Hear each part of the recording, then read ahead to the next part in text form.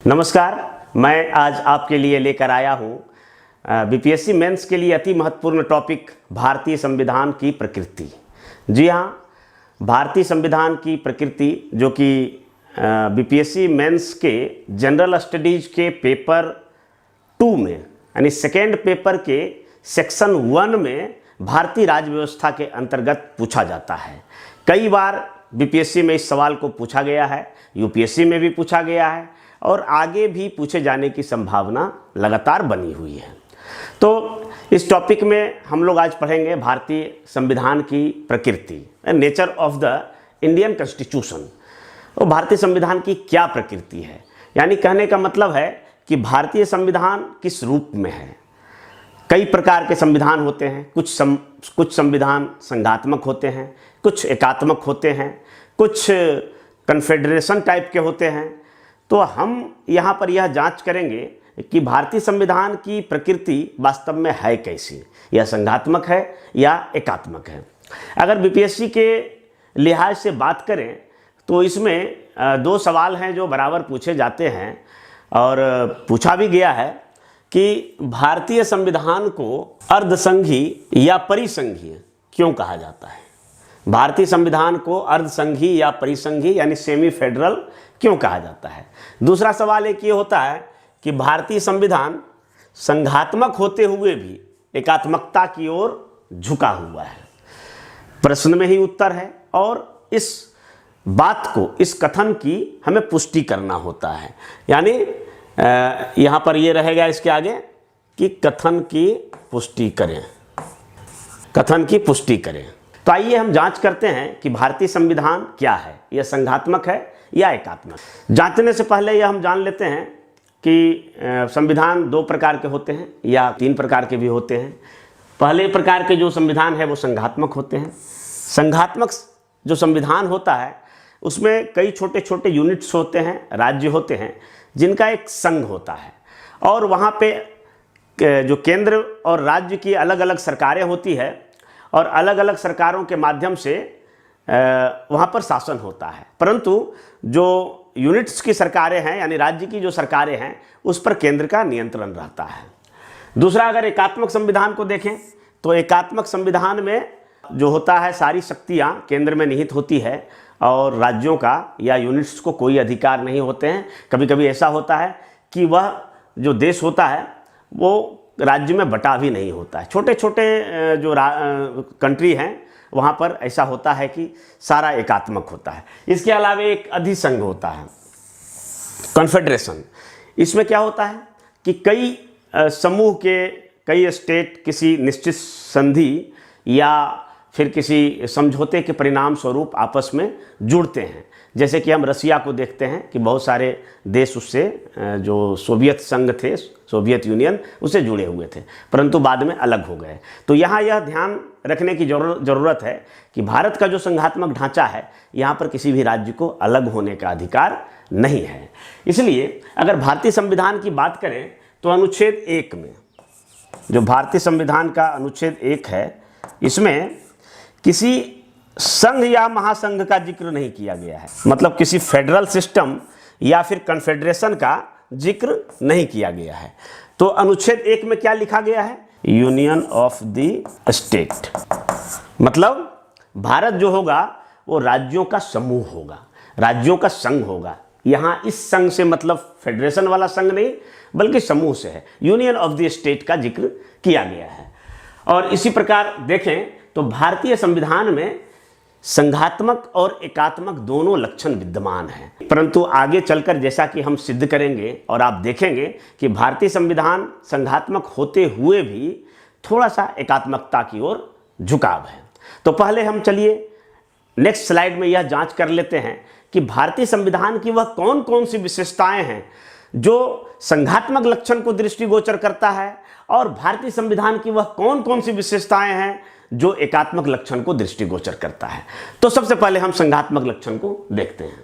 संघात्मक लक्षण के अंतर्गत यदि हम देखें तो पहला अगर पॉइंट है तो जो कि संघात्मक सरकार की सबसे बड़ी विशेषता होती है वो द्वैध सरकारें। द्वैध सरकारें यानी कहने का तात्पर्य है कि केंद्र में अलग सरकार और राज्य में अलग सरकार, केंद्र और राज्य में अलग अलग सरकारें, केंद्र सरकार और राज्य सरकार। वर्तमान में अगर देखा जाए तो भारत में 28 राज्य हैं। जम्मू कश्मीर के केंद्र शासित प्रदेश बन जाने के कारण 28 राज्य हैं। 28 राज्य में अलग अलग सरकारें हैं सभी राज्यों को।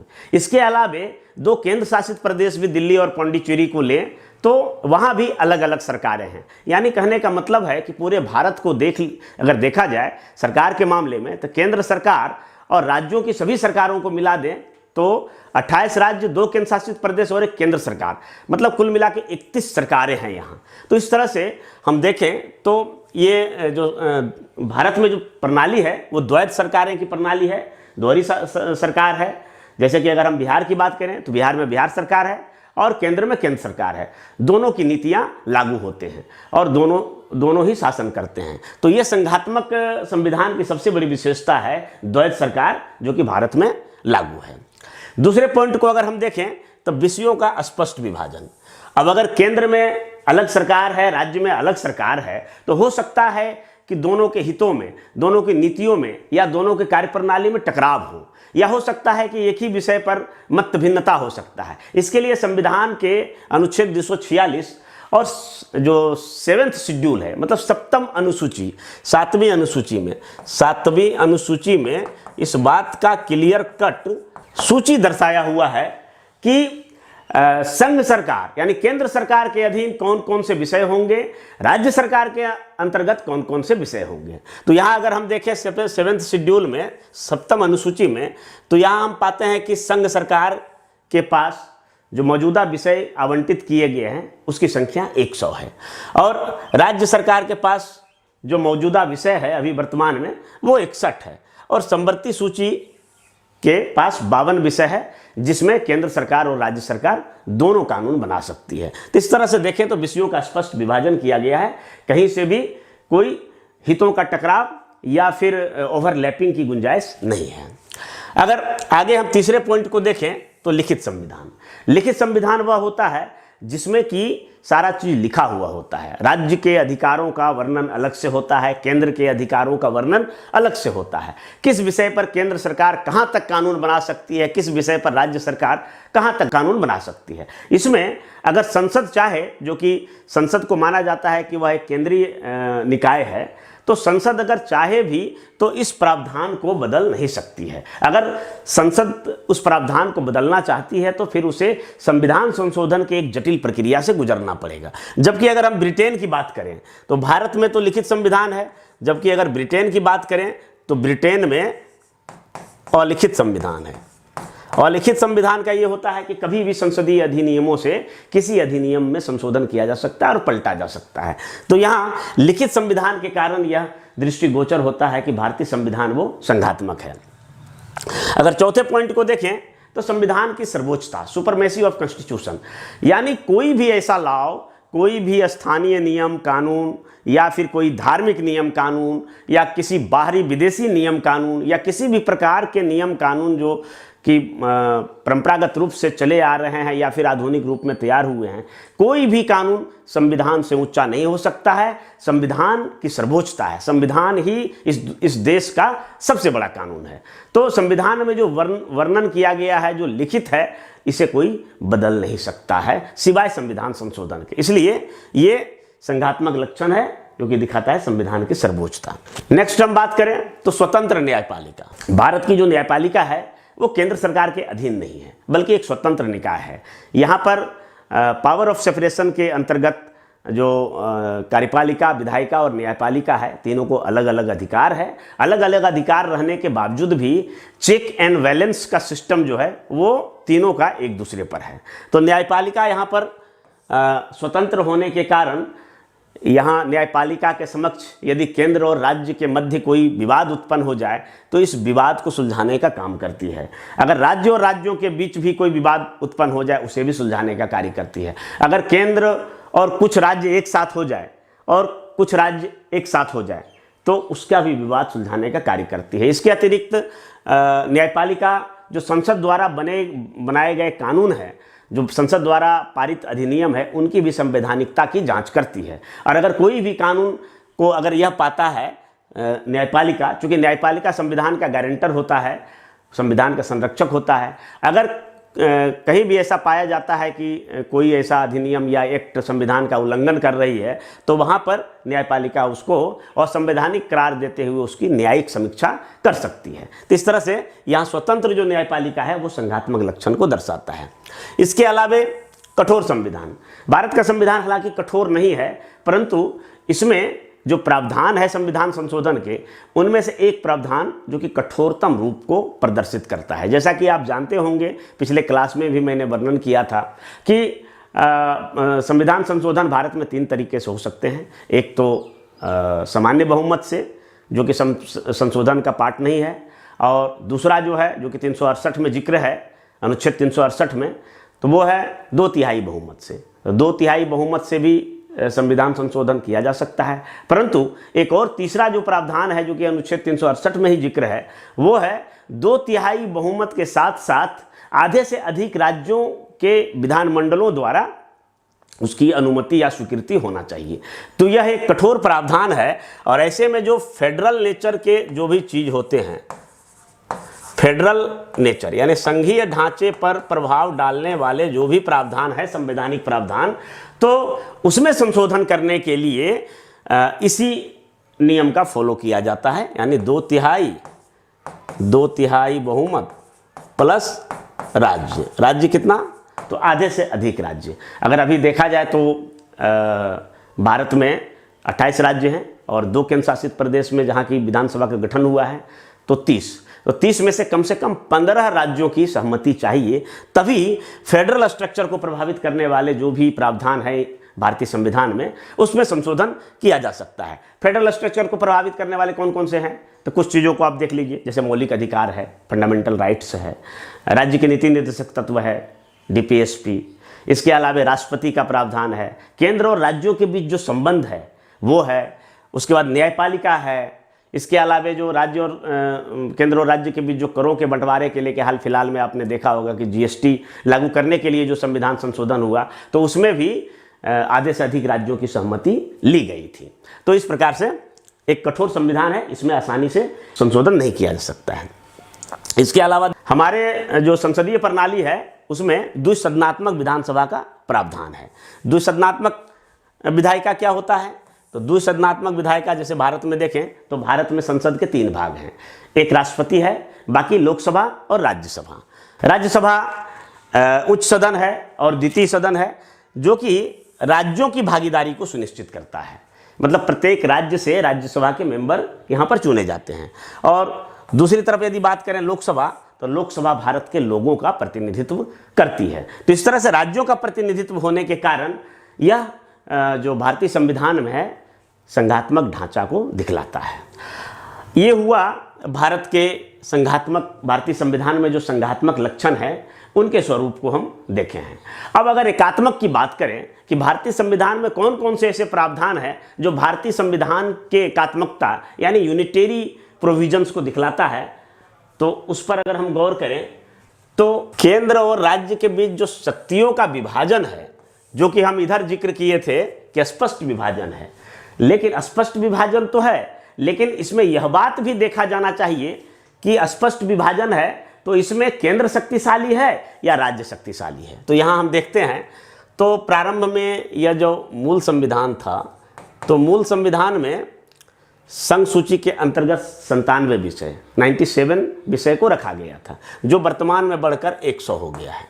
राज्य सूची में 66 विषय रखे गए थे, जो वर्तमान में घटकर 61 हो गए हैं। और समवर्ती सूची, जिस पर कि केंद्र और राज्य दोनों कानून बना सकते हैं, वो बढ़कर 52 हो गए हैं।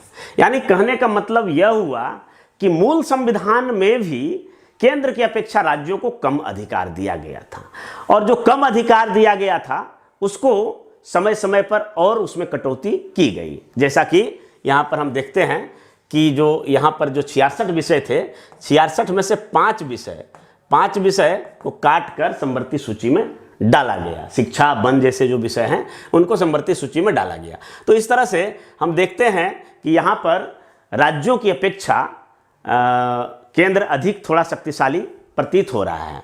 उसके अतिरिक्त अगर हम देखें समवर्ती सूची में अगर केंद्र और राज्य दोनों कानून बनाता है तो केंद्रीय कानून ज़्यादा महत्वपूर्ण होगा, यानी केंद्रीय कानून के समक्ष जो है राज्य की कानून वो गौण हो जाएगी, उसका महत्व नहीं रह जाएगा एक ही विषय पर यदि दोनों कानून बनाते हैं। इसके अतिरिक्त देखें तो इन विषयों के अतिरिक्त एक अपशिष्ट सूची भी है।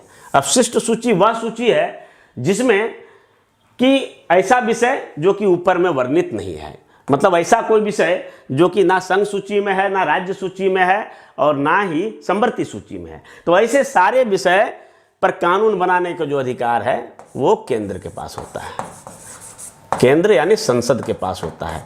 इन विषयों पर राज्य की विधायिका यानी राज्य विधानमंडल या राज्य विधानसभा कानून नहीं बना सकती है। तो इस तरह से हम यहाँ देखें कि शक्तियों के विभाजन में केंद्र और राज्य के मध्य जो शक्तियों का विभाजन किया गया है तो इसमें राज्यों की अपेक्षा केंद्र का पलड़ा थोड़ा भारी है, यानी यहाँ पर शक्तियों के विभाजन में शक्ति का जो संकेंद्रण है वो केंद्र की तरफ है।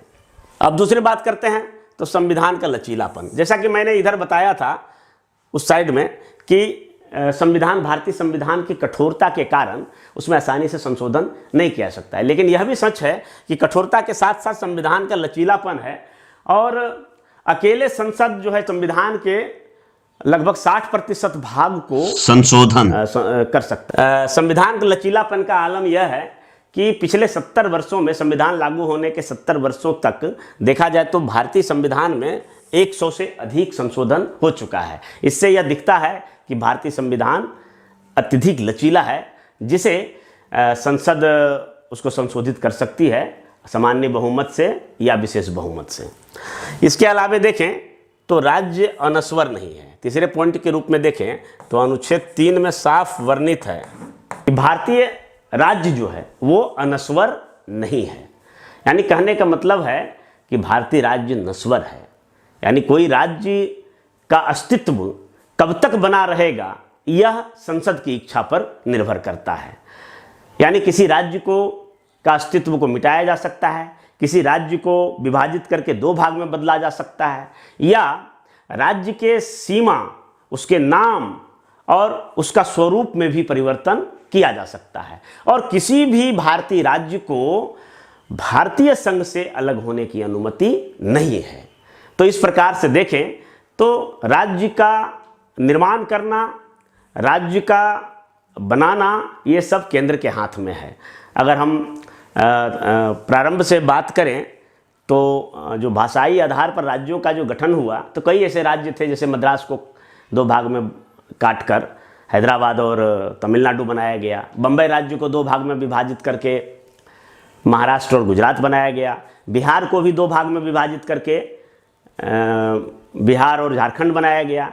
इसके पहले भी उड़ीसा को अलग किया गया था बिहार से, और बंगाल के बीरभूम और पुरुलिया डिस्ट्रिक्ट जो कभी बिहार में होते थे तो उनको भी हटाकर बंगाल में किए गए। तो इसका मतलब है कि केंद्र, ये जो लक्षण है वो केंद्र की एकात्मकता को दर्शाता है, संविधान की एकात्मकता को दर्शाता है। इसके अतिरिक्त यदि हम बात करें तो भारत में एकल नागरिकता है। एकल नागरिकता का मतलब यह हुआ कि कोई भी नागरिक, भारत में रहने वाला या निवास करने वाला कोई भी नागरिक वह भारत का नागरिक है। कोई भी व्यक्ति ना तो बिहार का नागरिक है, ना उत्तर प्रदेश का नागरिक है, ना मद्रास का नागरिक है, ना पंजाब का नागरिक है, ना बंगाल का नागरिक है, वह भारत का नागरिक है और भारतीय नागरिकता से ही उसका बोध होता है। यानी एकल नागरिकता का प्रावधान जो है ये भारतीय संविधान की एकात्मकता को दर्शाता है। इसके अतिरिक्त यदि हम बात करें तो फिर भारतीय संविधान में आपात उपबंध का भी प्रावधान है।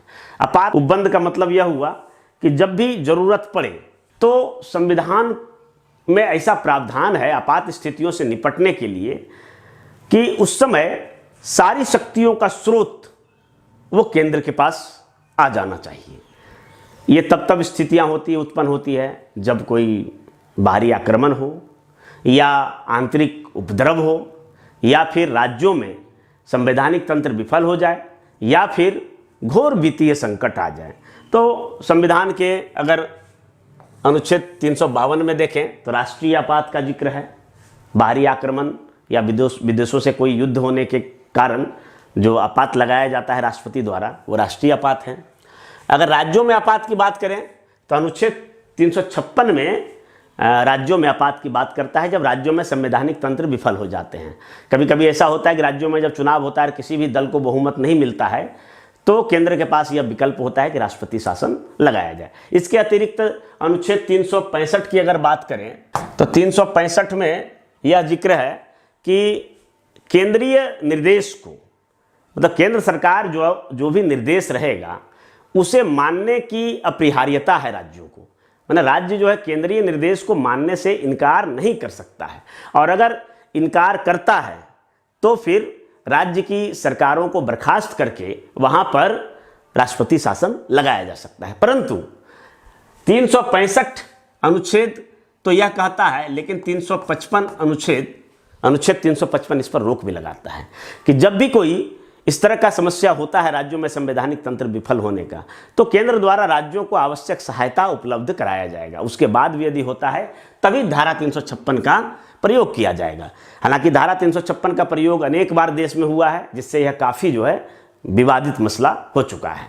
इसके अतिरिक्त वित्तीय आपात है, तो वित्तीय आपात अनुच्छेद 360 में है, जो अभी तक देश में लगा नहीं। राज्यों में आपात तो कई बार लग चुके हैं। अगर हम राष्ट्रीय आपात की बात करें तो राष्ट्रीय आपात अब तक 3 बार लगा है, 1962 में, 1971 में और 1975 में 3 बार इमरजेंसी लगा है। इसके अतिरिक्त हम नेक्स्ट अगर पॉइंट की बात करें तो केंद्र द्वारा जो राज्यों में राज्यपाल की नियुक्ति किया जाता है, तो यह भी एक विवादित मसला हालांकि रहा है, परंतु इससे हम भारतीय संविधान की एकात्मकता का लक्षण इसमें हम देख सकते हैं, क्योंकि केंद्र द्वारा राज्यपाल की नियुक्ति होने के कारण यह केंद्रीय एजेंट के रूप में राज्यों में काम करता है और राज्य सरकारों के कामकाज पर यह नज़र रखती है। और इसके अतिरिक्त कई ऐसे प्रावधान हैं, जैसे राज्य विधानमंडल द्वारा जो विधेयक पारित होते हैं तो उस पर भी राज्यपाल इसको आरक्षित रख लेते हैं, जिस पर कि राष्ट्रपति का वीटो हो जाता है। और राज्य और केंद्र के बीच जो कड़वाहट है, तो उन संबंधों के कारण में जो कड़वाहट उत्पन्न होती है, तो राज्यपाल कहीं ना कहीं राज्यपाल की नियुक्ति जो केंद्र द्वारा की जाती है वह भी जिम्मेवार है। तो राज्यपाल की नियुक्ति के कारण राज्य में जो राज्य सरकारें जो कार्य करती है तो उस पर नज़र रखने के लिए केंद्र का एक बहुत बड़ा एक उपक्रम है, और इससे जो है केंद्र राज्य सरकार को किसी भी प्रकार की मनमानी करने से रोकता है। इसके अतिरिक्त हम 7वें पॉइंट की बात करें तो राज्य सूची के विषय पर संसद द्वारा कानून बनाए। अभी तक हम देखे थे कि संघ सूची पर संसद कानून बनाएगा, राज्य सूची पर राज्य विधानमंडल कानून बनाएगा और समवर्ती सूची पर दोनों कानून बनाएगा। परंतु दोनों कानून में अगर एक ही विषय पर अगर दोनों कानून बनाते हैं तो केंद्र का कानून ज़्यादा महत्वपूर्ण होगा। इसके अलावा एक अपशिष्ट सूची के बारे में भी हमने पढ़ा था, जो कि केंद्र के पास होता है।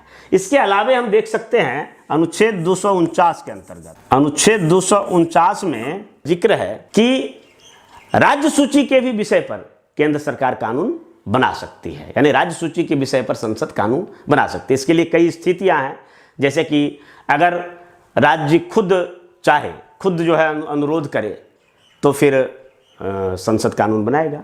अगर राज्यसभा यह घोषित करे कि अमुक विषय पर कानून बनाना केंद्रीय महत्व का है तो उस हाल में हो सकता है। अगर कोई वैदेशिक संधि या समझौतों को लागू किया जाना है तो उस समय हो सकता है। इस तरह से 4-5 स्थितियां हैं जब अनुच्छेद 249, 50, 52, 53 के अंतर्गत राज्य सूची के विषय पर संसद कानून बना सकती है, जो यह दिखलाता है कि जो शक्ति का संतुलन है वो केंद्र की तरफ थोड़ा सा ज़्यादा झुका हुआ है। इसके अतिरिक्त अगर अन्य एकात्मक लक्षणों की बात करें तो भारतीय संविधान में अखिल भारतीय सेवाओं का भी जिक्र है, और अखिल भारतीय सेवाएं जो भी है उनको और अधिक सृजित किए जाने, मतलब उससे अलग, उसके अतिरिक्त सृजित करने का जो अधिकार है वो दिया गया है राज्यसभा को। तो प्रारंभ में एक आईएएस, इंडियन एडमिनिस्ट्रेटिव सर्विस, और आईपीएस, इंडियन पुलिस सर्विस, ये 2 सेवा केंद्रीय सेवा थी, ये 2 सेवा अखिल भारतीय सेवा थी। इसके अतिरिक्त यूपीएससी के माध्यम से जो भी भर्ती लिए जाते हैं वो केंद्रीय सेवा थी। इसके बाद राज्यसभा ने एक और इसमें IFS इंडियन फॉरेस्ट सर्विस को अखिल भारतीय सेवा के रूप में सृजित किया।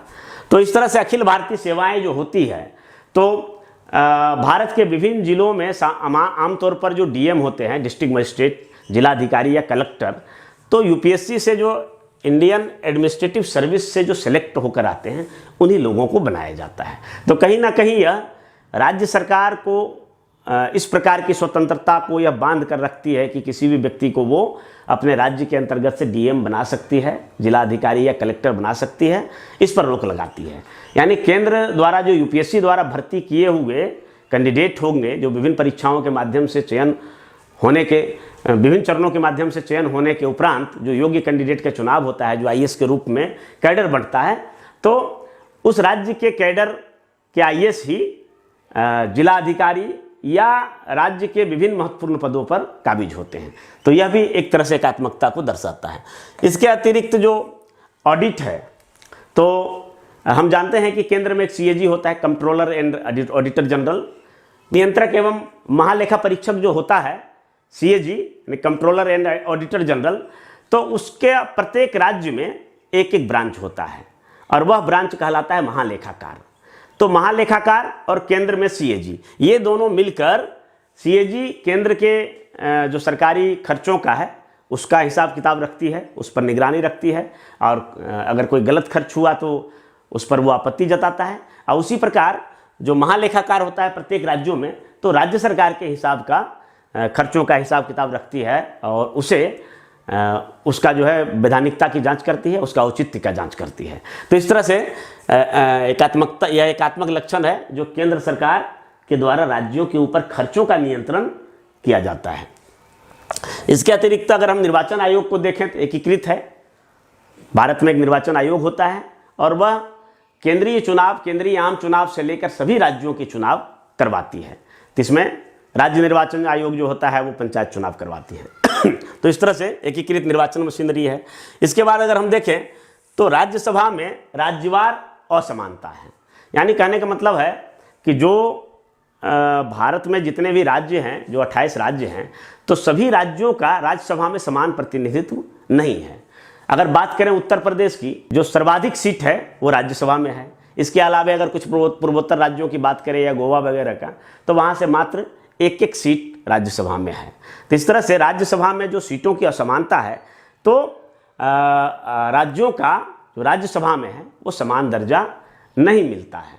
जबकि होना यह चाहिए कि राज्य एक यूनिट है। जैसे कि अमेरिका संविधान को देखें, अमेरिकी संविधान को, तो वहाँ पर 50 स्टेट हैं और वहाँ का जो द्वितीय सदन या उच्च सदन है सीनेट, तो सीनेट में चाहे छोटा स्टेट हो या बड़ा स्टेट है, जो भी छोटे या बड़े अमेरिकी स्टेट है, सभी स्टेट से 2-2 सीनेटर यानी समान प्रतिनिधित्व के रूप में चुनकर जाता है। जबकि भारत में यह प्रावधान है कि यहाँ पर अगर बड़ा राज्य है तो वहाँ से अधिक संख्या में राज्यसभा के सदस्य चुनकर जाएंगे, और अगर छोटा राज्य है, कम जनसंख्या वाला राज्य है, तो वहाँ से कम जाएंगे।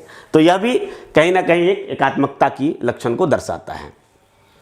उसके बाद राज्य के जो विधेयक हैं, राज्य विधानमंडल या राज्य विधानसभा द्वारा जो विधेयक लाए जाते हैं, तो उस पर राष्ट्रपति द्वारा वीटो किया जाना, यह भी एकात्मक लक्षण को दर्शाता है।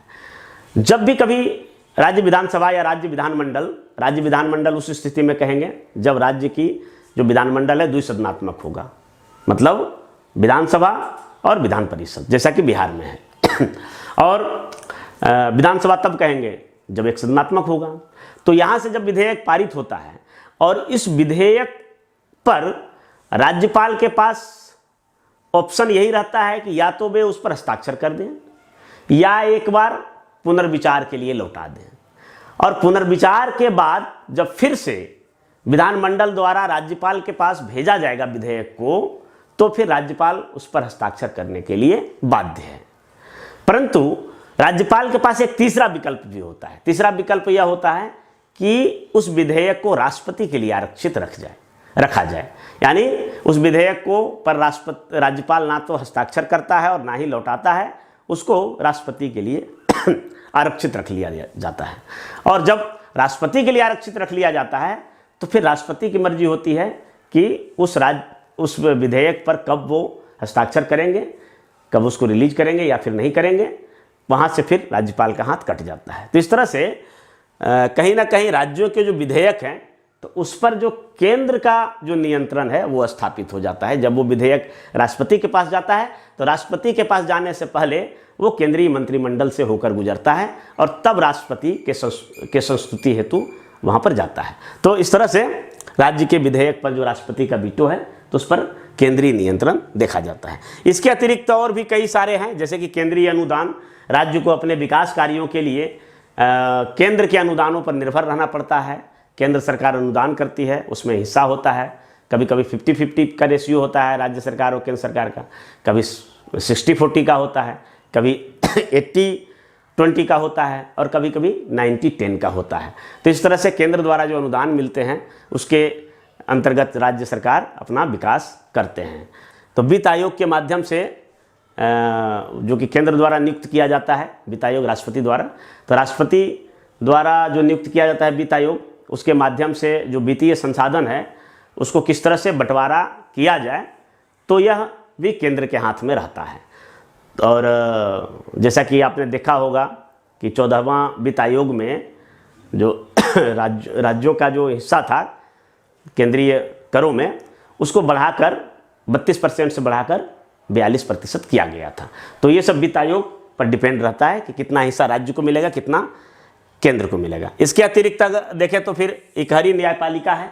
भारत में न्यायपालिका का जो है वो एक ही सिस्टम है, ऊपर में सुप्रीम कोर्ट और सभी राज्यों में हाई कोर्ट। इकहरी न्यायपालिका है, यहाँ पर कोई दोहरी न्यायपालिका के प्रावधान नहीं है। जिस तरह से केंद्र और राज्यों में अलग अलग सरकारें हैं, उस तरह से यहाँ पर न्यायपालिका केंद्र और राज्य में अलग अलग नहीं है, बल्कि इकहरी न्यायपालिका है। तो ये तमाम सारे जो लक्षण हैं वो सब कहीं ना कहीं एकात्मक स्वरूप को दर्शाता है। और इन स्वरूप को यदि देखें तो इससे स्पष्ट होता है भारतीय संविधान जो है, भारत जो देश है, उसको हम फेडरल तो नहीं कह सकते हैं, परंतु हम उसको यूनियन कह सकते हैं। और यह भी कह सकते हैं कि फेडरल होते हुए भी इसमें यूनिटेरी लक्षण है, यानी संघात्मक होते हुए भी एकात्मकता लक्षण है जो विशेष स्पष्ट तौर पर है। संघात्मक होते हुए भी एकात्मकता की ओर झुकाव अधिक है, यह हम कह सकते हैं। या फिर इसको हम सेमी फेडरल भी कह सकते हैं कि कुछ लक्षण संघ के दिखते हैं और कुछ लक्षण एकात्मकता के दिखते हैं, इसलिए इसे अर्धसंघीय या परिसंघीय कहा जाता है। हालांकि वर्तमान परिस्थितियों में देखा जाए, वर्तमान संदर्भों में देखा जाए तो कुछ नवीन प्रवृत्तियां भी उभर कर सामने आई हैं, जैसे सहकारी संघवाद। सहकारी संघवाद का मतलब है कि राज्य सरकार और केंद्र सरकार मिलकर यह तय करती है कि अधिक से अधिक जो स्वायत्त है वो राज्य सरकारों को दिया जाना चाहिए या स्थानीय सरकारों को दिया जाना चाहिए। अब अगर वर्तमान में पंचायती राज व्यवस्था को जोड़ दिया जाए तो फिर त्रिस्तरीय सरकार भी हो जा रही है, क्योंकि बाद में राज्य वित्त आयोग के द्वारा फिर वित्त जारी किया जाता है पंचायतों को। बिहार सरकार के 5म राज्य वित्त आयोग द्वारा भी पंचायतों को अभी जारी किए गए हैं। तो इस तरह से सहकारी संघवाद को अभी बढ़ावा मिल रहा है। और एक और नवीन प्रवृत्ति है प्रतिस्पर्धी संघवाद। इसके अंतर्गत नीति आयोग का गठन किया गया है। नीति आयोग का जो मूल मंत्र है वो यही है, मतलब कि सहयोगी संघवाद के साथ साथ, सहयोगात्मक रवैया के साथ साथ प्रतिस्पर्धी रवैया भी रहेगा। यह केंद्र और राज्यों के बीच अगर विकास दर है तो केंद्र का जो विकास दर है, कुछ राज्य यह भी प्रतिस्पर्धा करेंगे कि केंद्र की अपेक्षा हमारा विकास दर अधिक हो, या फिर एक राज्य से दूसरे राज्य की विकास दर अधिक हो। इस तरह की लगातार जो होड़बंदी है तो उसे प्रतिस्पर्धी संघवाद के रूप में देखा जाता है। और इसी प्रतिस्पर्धी संघवाद का जो परिणाम हुआ वो नीति आयोग के रूप में हुआ। तो इस तरह से इस पूरे चैप्टर को देखें तो हम कह सकते हैं कि भारतीय संविधान संघात्मक है, लेकिन इसमें एकात्मकता को जो स्वरूप है, एकात्मकता का जो लक्षण है वो ज़्यादा मजबूत है।